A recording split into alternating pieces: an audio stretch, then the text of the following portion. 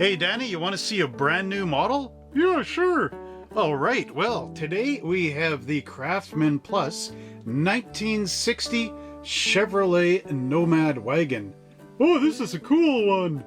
Yeah, I know a lot of people have been waiting a long time for this one. Yeah, especially me. And now here it is. AMT has released it. So Danny, since it's summer, we of course could use a wonderful station wagon to go on picnics and barbecues. Yeah, that would be great. Yeah, so without further ado, let's go down to the bench, take a look at our brand new model. Yay! 1960 began a new era of optimism as America was coming into the beginning of a new decade. The big rocket cars of 1959 continued in their styling as 1960 began. So here we have AMT's 1960 Chevrolet Nomad Station Wagon. This is a Craftsman Plus series, which of course is a promotional style model with no engine. 1/25th scale curbside style kit. And we have one plastic model kit in the box. Again, really nice artwork by AMT. How come there's a dent in here? Well, I ordered two to sell in the store, but this one got damaged on delivery, Danny. So I'm opening it up for myself, and I'll get some more for the store later. Oh, that makes sense. On the back of the box, we have this wonderful teardown by Round 2. The model kit is a skill level 2 for ages 10 and up. Here you can see a 3D image of the car. And we've got the body, the chassis and frame under here, as well as numerous parts from our parts tree, including chrome-plated parts and a wonderful decal sheet, which we'll see in full color in a few minutes. On this side of the box, we read, "Finish your model is shown with paint and cement available at your local hobby dealer." Now that would be Monster Hobbies, of course, www.monster-hobbies.ca, but you have to come in person for the paints and cement. We cannot ship those because they're flagged as dangerous material, hazardous.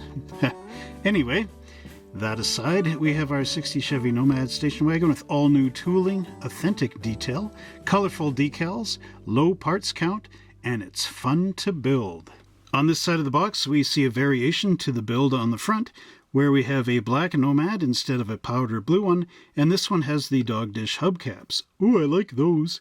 For sure. And here we read that you get two wheel options, pad printed Whitewall tires, ooh, side view mirrors, an engine plate, so there's a hole in there with the engine, with no engine, so the engine plate fills the hole. Oh, I see. It is easy assembly and a Craftsman Plus series kit, which is designed for the beginner model builder. Oh, cool. One thing I forgot to mention, Danny, is that this model kit has an amazing 83 part count. Oh, wow, that's quite a lot of parts for a Craftsman Plus series kit. Yeah, for sure, Danny. So now, the moment we all been waiting for, let's take the lid off the box. I also want to check to see if there's any damage down here to the model. So here we go. And there it is. Luckily, I can see the car bodies over on this side that didn't get damaged. So items on this side should be okay. Oh, what a relief. So, we first see the clear plastic parts, and these look wonderful. There's a lot of easy ways to hook this into the body, make it look quite accurate. Nice! We also have our pad printed Whitewall tires, which we'll look at toward the end of this video. Here's our body in perfect condition. Looks beautiful. Nice casting.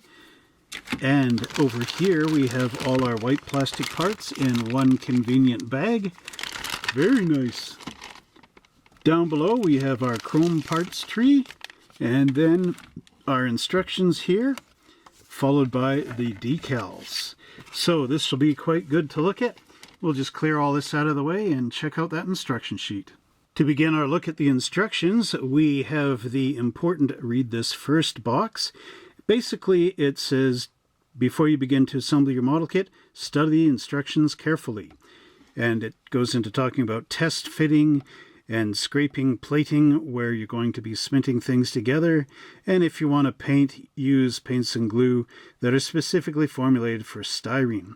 This is printed in both English and French, and I highly recommend when you get this kit to take the time and read this through. Study your instructions before you begin so that you will know where all the parts go, and it will become an easy build for you. We begin our instruction sheet with our front and rear wheel and tire assembly. And on the left-hand side, we have the front wheels, and on the right-hand side, we have the rear wheels. So taking a look at this, we have a choice of painting our steel wheels in either body color or accent color. And accent color, of course, is a different color from what the body color would be. So we have our wheel back, our tire, and then our steel wheel, and it's got ridges around it that pop into grooves on the tire there, Danny. Oh yeah, makes it stay in better. Yeah, for sure.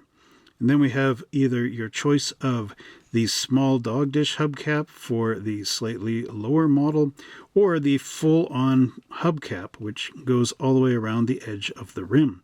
Oh yeah. And also, when you do have front wheels, remember there's a grease cap in the center here. That's to do with our steering. And on the rear wheel, there is not a grease cap because that bolts directly to the differential, and the differential turns with the wheel. The wheel is not independent as for needing the grease cap. Oh, I see. And the rear wheels go together the same as the front. The backs, the tires, the rim, and your choice of hubcap. Oh, yeah. Step 2 shows our chassis and engine plug going together. Here you can see the engine plug coming down, and there are some color callouts. The oil pan engine block are callout P. Transmission is H, which is probably aluminum, and the oil filter is D. The chassis is C, which I believe would be semi-gloss black. Panel C shows the detail going in underneath the hood.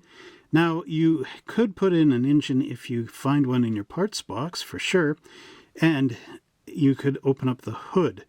But for the sake of just building this out of the box, all this is sealed up. But what we do have is AMT has included a firewall in here, and there are some nice pieces on here like windshield washer bottles, the master cylinder, as well as a windshield wiper motor, and the heater. And up here we have the radiator shroud, and it has a hole there. There's no radiator. However, you could also find one of those from another kit. I would suggest maybe looking at the old AMT 59 El Camino kit, using that as a chassis donor. Ooh, gotta try that one, Trev, for sure. So we also have the lower A-arms gluing up under here, and the wheels are held on with pins. There's a block which goes down, and the pin goes in behind it. Do not glue the pin, and here's what it shows. There's the block and the pin and the upper A-arm down below, and it's even got some contact points for you to apply glue on. Ooh, that's really smart. Panel 4 shows our rear axle going into place, but you start off first with the mufflers and tailpipes in the back, as well as the mufflers up front. These could also be resonators, if I remember this stuff right. Here you can see the Chevy X-frame, which was the frame of the day back in the past. The rear axle also has a bit of the drive shaft here, and there's also a little bit that hooks onto the motor. Oh, cool. Next up is panel 5, and here you can see the rear wheels and a metal axle, and they get hooked up through the rear differential. And up front, we can put our nice front wheels onto those pins. You will need a little glue on the edge. Be very careful that it doesn't slip back in here and actually glue up into the rotation of those front wheels. Yeah, that would be bad. Panel 6 shows our interior going together. We have bench seats in the front and one in the back. And we also have these panels, which are the backs of the seats. And hopefully the back of this one has a little bit of that pattern of the floorboards, because the back seat is supposed to fold downward. Oh, I see. And actually, looks like it shows some of this here too. Oh, these are the inner door decals. Pardon me. Oh, yeah. Well, it's pretty cool they got inner door decals. Yeah, and it says sand smooth if using decals. So you would get rid of all the interior trim and then slip your decal in place. So we also have independent floor pedals, which glue in here. And we've got our dashboard, which you would paint up, and you can also add in all these decals up here. There is a chrome floor shifter, and I believe that might be optional because our shift levers in that are up on the steering column. And we also have our steering wheel. It says hub recessed area and horn are painted G, which I believe would be either a white or a chrome. Have to take a look at that paint chart. Oh yeah. Panel 7 shows our window glass being installed. We also have an interior rear view mirror which goes up there, and our grille. And our recessed area is semi-gloss black. I can now see the paint color chart. We also have chrome up here for G, and on the door handles, and up on all the scripting. You also have a choice of either white or black in the little side fin area here, the trail from the rocket, I guess, or the jet. And up top, you can either paint it body color or black or white again, which would be pretty cool. Yeah, for sure. And here we've got our window and side windows and rear window. And these are not like the old AMT ones where they had the bars in between holding everything in place. These ones actually have little holes and pins which glue up inside the top of the roof. Oh, that keeps it nice and clean in there. Yeah, Danny, for sure. Panel 8 has the rear of the car, and here we can see the emblem being glued into place up here. We also have the little Chevy V8 emblem, which you would paint up. We've got our rear taillight panel here with 4 transparent red bullets which go into the holes. We also have our rear bumper which goes into the lower holes. So this is up here, this is down there. And paint callouts for these little bits at the back, which are your backup lights, which are painted in white. Now, 1960 was pretty unique because at this stage they were starting to bring the grills into the back, which go all the way across. It's not like the 50s cars where it has a little grill down below and then the headlights are up here and here. This is all one unit. Oh, yeah, it makes it look lower and sleeker, Danny. Oh, yeah, that's cool. Panel 9 shows our body, which is almost complete here, going on to the interior and the chassis. So here we have 2 holes which we would open up by the tops of the doors, and that is for your rear view side mirrors. We also have one for an antenna here. Now if I just move the instructions downward a bit, you'll see our completed interior bucket as well as the suspension down below. And here you can see the inner aprons as well as the firewall and rad support. Now, to make this become a kit that's no longer the Craftsman Plus, you would remove the engine block underneath here, the pan, and drop in one from maybe the 59 El Camino or another Chevy engine of that vintage, and find yourself a radiator and some radiator hoses, and you're good to go. Oh, neat. Panel 10 shows the hood being installed, and there is a piece of chrome which goes up underneath. You would also paint the Chevrolet letters or sand smooth and apply the decal instead. And here we've got a little chrome trim which goes in the center of that little grill right there, as well as a decal which should be on here. You could sand it off, but if you are painting inside there, I would recommend sanding this off first and then painting it inside. And here we have our splash pan being put underneath the radiator, or the grill, I mean. And then we also have our front turn signals, and we've got our front bumper, which looks very much like the 58 Chevy front bumper, or rear bumper, actually. Yeah, it's got that dip-down part there. For sure, Danny. And you put your license plate in there, too. Yeah. But you can see what I mean about the grille and the headlights being formed into one piece, which goes across the front, as opposed to the separate elements like in the earlier 50s cars. Yeah, it looks sleek. And here we have the main ingredient of our model, and this is the paint color chart. And it even gives you some exterior colors like Cascade Green and Jade Green, reds and blues, as well as interior colors. It is recommended that you search the internet for additional color references and details.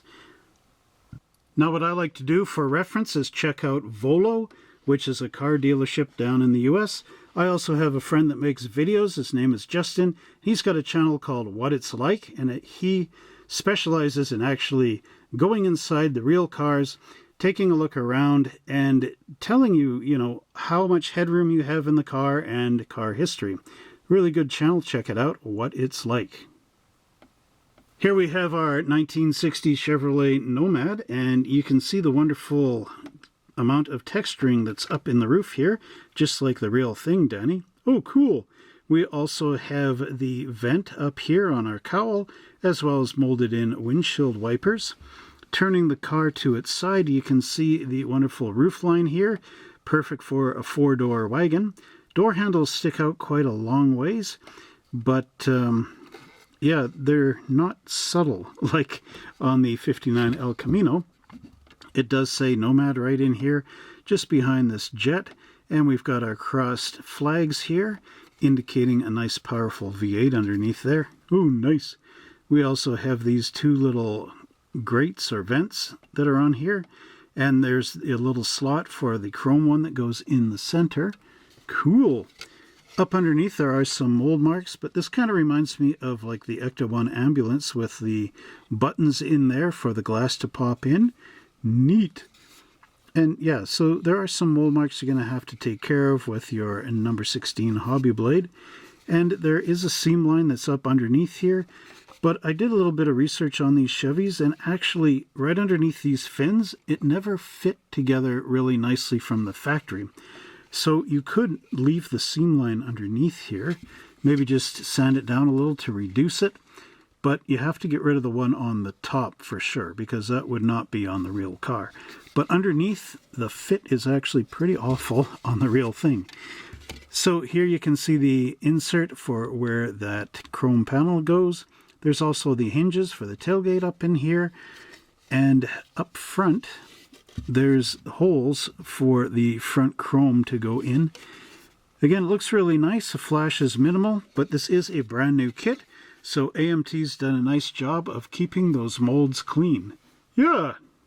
Just for a little fun comparison, I've got the AMT 1959 El Camino kit sitting right beside the new 1960 Chevrolet Nomad kit, and you can see that they line up pretty nicely. Just make sure here. And there you are. And yeah, you could basically swap the chassis from this one underneath this one if it all works out. Next up we have our chassis pan here. This is looking from the top down. There are some large veins up here which will sit up inside our fenders. You can see our wheel arches. Now underneath it's pretty simplistic, kind of flat in here. So you got your gas tank at the back and that X frame and spots for your springs and rear axle to go into, but you'll have to get rid of these ends. Yeah. Now in comparison, I've laid the 1959 El Camino frame on top of the 60 frame, and you can see that they basically line up not too badly. The only thing missing on the 59 frame is the fender aprons, but overall this will fit underneath the 60 El Camino. I'm losing my words here. So here's the 60 El Camino body, and the 59 frame is going in, hits the sides, hits the back end, and it looks like the front cross member would line up nicely with the wheels. You might have to slip it ahead a little bit, I'm not too sure, but if you wanted to make that conversion, well, the 59 would help you out. Our next parts tree includes the interior bucket, which has a nice texture back here for our station wagon. We also have the front and rear wheels, and we have our steering column here with the lever sticking out of it. Turning the seats over, you can see the indentations where the decals are going to go. Again, this looks pretty nice.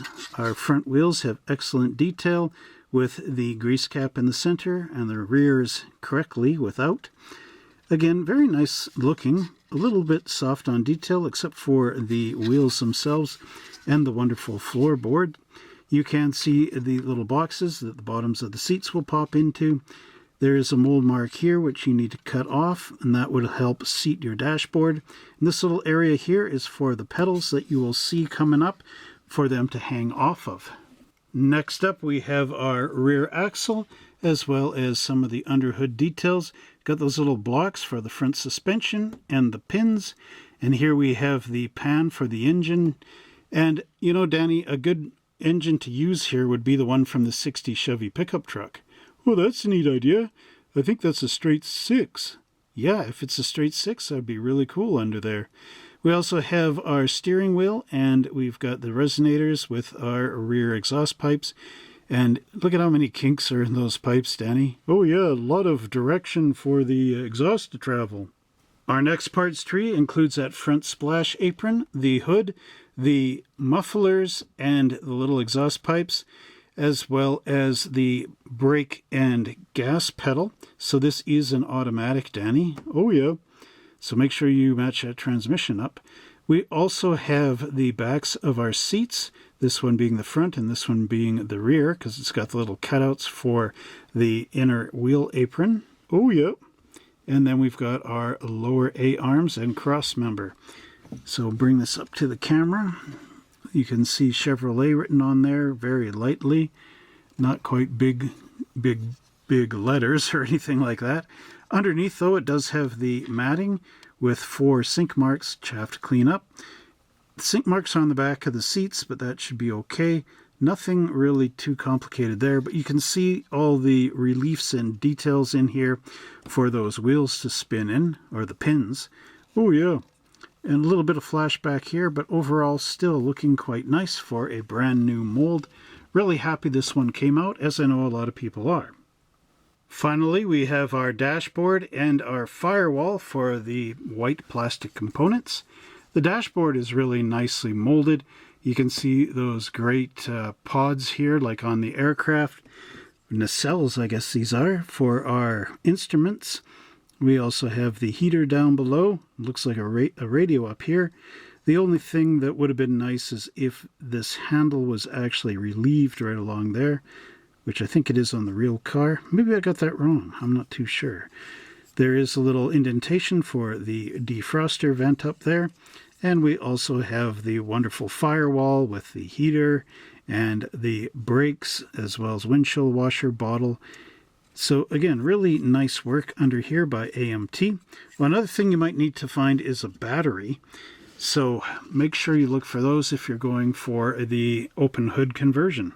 Here's our chrome parts tree, and unfortunately my bumper broke off the mounting point. There's the one for the rear, the front grille up here, the rear panel, and we've got our full hubcaps as well as little dog dish ones. Oh, I like the dog dish ones. Yeah, we know, Danny. We've also got the front chrome for the hood. We've got our rear view mirror, the little trunk emblem, and side mirrors up here. And if you don't want to use the side mirrors on this one, you could always use them on a different Chev. Oh, that would be neat. Yeah, something of the same vintage. So looking at the back panel, looks wonderful in here with the concave treatment.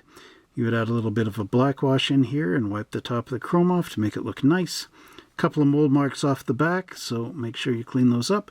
Overall, though, this looks really great. As for the bumper that popped off, it is also really nicely detailed, and you would need a license plate up in here just to make the car all nice and legal. Here we have our clear components, Danny, and you can see the side windows, the bubble windshield, as well as the flat rear window. We also have 4 headlights to glue in, and side marker lights and parking lights. So remember to get these going north, south, east, and west, and not at some weird angle. Yeah, for sure. And then out back, we have the quad tail lights and the bullets. And we also have this dome right here. So that, to me, would suggest that possibly in the future, there might be a police version of this Nomad wagon, which would basically bring it into the same category as a previously looked at model on this channel, and that's the 1960 Johan Plymouth wagon, which these two would look good side by side, actually, because they're both the same year. Yeah, that would be neat. Make that diorama, Trev. 2 police cars from 1960. Here's those pad-printed Whitewall tires, Danny. Oh, I like to chew on those. Not Danny. We're not chewing on the tires anymore. Oh yeah, I forgot. Anyway, we have these nice Whitewall pad-printed tires, and unfortunately they don't say Goodyear or Firestone or anything like that. But you know what would actually be cool is if they're having licensing problems with that, why don't you just put Sears on the tires? Oh, that is a killer idea. Yeah, because Sears had their own tire line, and Sears is out of business. And I don't know who owns the rights to Sears, but if it's nobody, that means it could be possibly in the public domain. Ooh, that's a good idea. Yeah, anyway, getting back to this, we've got some nice, accurate-looking wavy treads on here that look to scale.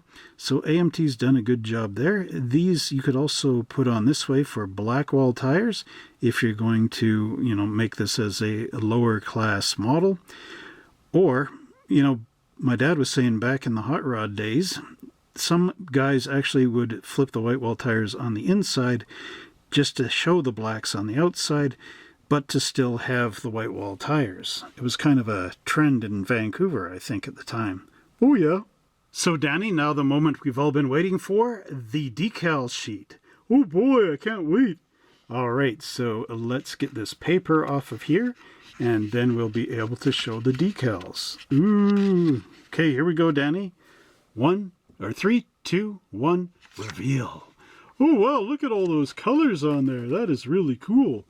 Yeah, you get your choice of either a red upholstery or blue, and it looks like a nice little cloth on there as well. Yeah. And then here you've got your door panels, and these are also pretty cool, right and left hand side, of course. We have some generic 1960 license plates. We also have Texas TE6470. This is a modern Florida plate because it says florida.com. That is TAZ 067. And we also have Michigan 2437-AR. So these ones would be your classic plates, and this one's a modern one. Over here we have 3, Danny. Woo, 3? Yeah. These are our gauges for the instrument panel. We've got 1 in white and then 2 duplicates in black. So you could use that on the 59 El Camino back there, just to dress that up. We also have 2 radios and all these little emblems. We've got our window cranks in here. Oh yeah, those look really authentic. Yeah, for sure. We also have white or blue striping and Chevrolet printed out, as well as a lot of those V8 emblems and a few other emblems, including Nomad and the one for the back. We also have the V right there for our V8. Yeah, those are neat. Man, you could use a few of those duplicates on some of your models, Trev. I know, because I've been building models so long, and all these new decal sheets just have all those extras, whereas the old ones, you're lucky to get a couple of stripes and 1 license plate. Yeah, I remember those days. Whoa, Trevor, that was a great review.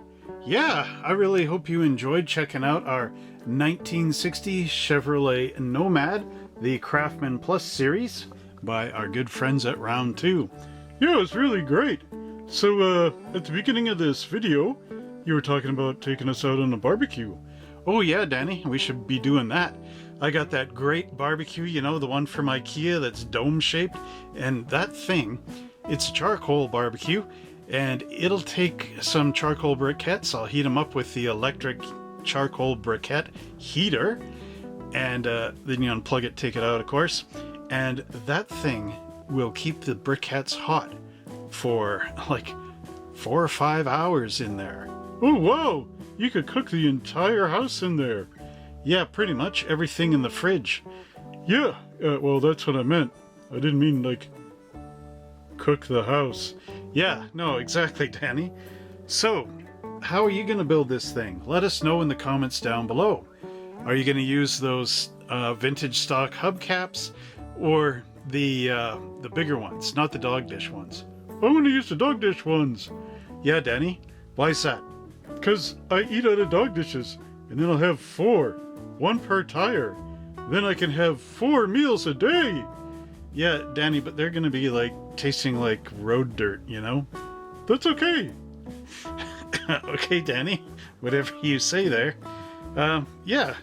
So I might paint mine black, because, like in the Dungeons & Dragons van video, once you paint black, there's no going back. That's right. Yeah, so that'll be cool. And, of course, needs Canadian license plate.